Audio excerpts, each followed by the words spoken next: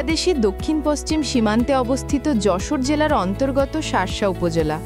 প্রকৃতি, ইতিহাস আর অর্থনীতির অনন্য সমন্বয়ে গড়ে ওঠা এক সমৃদ্ধ জনপদ। সীমান্তবর্তী এই জনপদ শুধু ভৌগোলিকভাবে নয়, অর্থনৈতিক ও সাংস্কৃতিকভাবেও দেশের জন্য অত্যন্ত গুরুত্বপূর্ণ। চলুন দেখে আসি শার্শার গল্প। শার্শা থানা গঠিত হয় ১৯১০ সালে। পরবর্তীতে ১৯৮৩ সালের ৩ জুলাই এটি পূর্ণাঙ্গ উপজেলা হিসেবে আত্মপ্রকাশ করে। এই উপজেলা একটি পৌরসভা ও ১১টি ইউনিয়নে গঠিত। শার্শার আয়তন প্রায় ৩৩৬ বর্গ কিলোমিটার, জনসংখ্যা প্রায় ৪ লাখের বেশি। পশ্চিমে ভারতের পশ্চিমবঙ্গ, পূর্বে যশোর সদর। মুক্তিযুদ্ধের ইতিহাসে শার্শার অবদান অনন্য।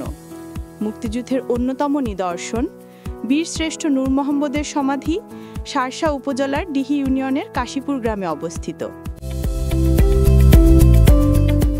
কৃষি ও সীমান্ত বাণিজ্য এই দুটি শার্শার অর্থনীতির প্রাণ।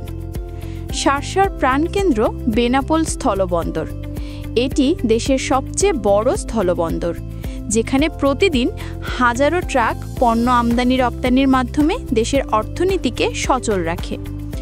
কৃষিও এখানকার মানুষের প্রধান জীবিকা।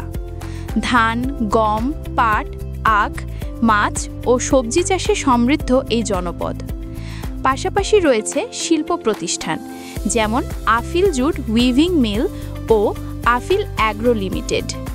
তাছাড়াও আছে বাগাছড়ার ৭ মাইলের ঐতিহাসিক গরুর হাট, যেটাকে বাংলাদেশের একটি বৃহত্তর গরু হাট হিসেবে গণ্য করা হয়।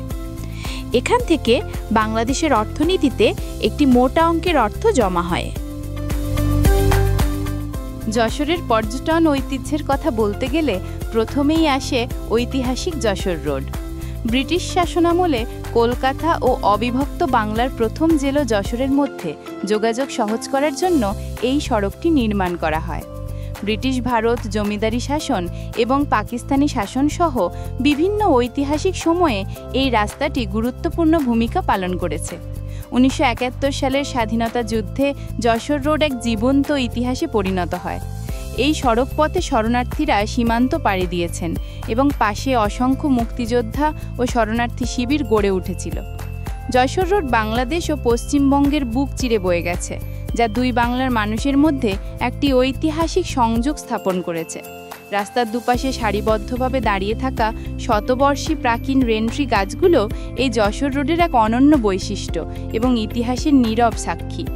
বিখ্যাত মার্কিন কবি অ্যালেন গিন্সবার্গ ১৯৭১ সালে বাংলাদেশ থেকে ভারতে শরণার্থী শিবিরের ভয়াবহ অবস্থা দেখে অনুপ্রাণিত হয়ে তার কালজয়ী কবিতা সেপ্টেম্বর অন যশোর রোড লেখেন। এই কবিতাটি যশোর রোডের সেই বিভীষিকাময় স্মৃতি বহন করে। শার্শার অন্যান্য দর্শনীয় স্থানের মধ্যে বেনাপোল স্থলবন্দর ও বেনাপোল পৌর গেট সবচেয়ে জনপ্রিয়। এশিয়া মহাদেশের দৃষ্টিনন্দন স্থাপনা বেনাপোল পৌরসভার এ প্রবেশদ্বার হাতছানি দিয়ে ডাকছে প্রত্যেক পথিককে। পৌর স্বাগতম গেট প্রকল্পের এটি একটি নান্দনিক স্থাপনা, যার উচ্চতা ৫৩ ফুট এবং প্রশস্ত ১৪৪ ফুট। এটি নির্মাণ করতে নির্মাণ শ্রমিকদের ৭৩০ দিন সময় লেগেছে। ৭.৫ কোটি টাকা ব্যয়ে নির্মিত এই স্থাপনাটি আজ দেশি বিদেশি পর্যটকদের কাছে বাংলাদেশের মর্যাদা বৃদ্ধি করেছে। বর্তমান সময়ে শার্শা উপজেলার নির্বাহী অফিসার হিসেবে দায়িত্ব পালন করছেন কাজী নাজিব হাসান। তিনি ২০২৪ সালের ৯ সেপ্টেম্বর এই পদে যোগদান করেন। কাজী নাজিব হাসান একজন মেধাবী ও সুশিক্ষিত প্রশাসনিক কর্মকর্তা। তার প্রশাসনিক দক্ষতা, জনবান্ধব দৃষ্টিভঙ্গি এবং উদ্ভাবনী নেতৃত্বস্থানীয় মনোভাব তাকে শার্শা উপজেলার তরুণ ও জনমানুষের কাছে দ্রুত জনপ্রিয় করে তুলেছে। তিনি শার্শাকে আধুনিকায়ন করার জন্য অনেক পরিশ্রম করে যাচ্ছেন, যা শার্শার মানুষের জন্য অনেক গৌরবের বিষয়। শার্শার ঐতিহ্য শুধু ইতিহাসে নয়, মানুষের হৃদয়ে গাঁথা। যশোর রোডের ছায়া আর সীমান্তের গল্প সব মিলিয়ে এটি এক জীবন্ত সংস্কৃতি।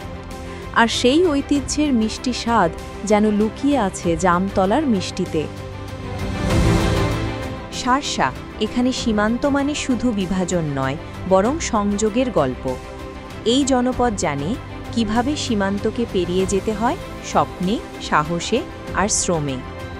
আমরা বিদায় নিচ্ছি, কিন্তু সারসার গল্প রয়ে যাবে প্রতিটি দৃশ্য আর প্রতিটি শব্দে সম্ভাবনার আলো হয়ে।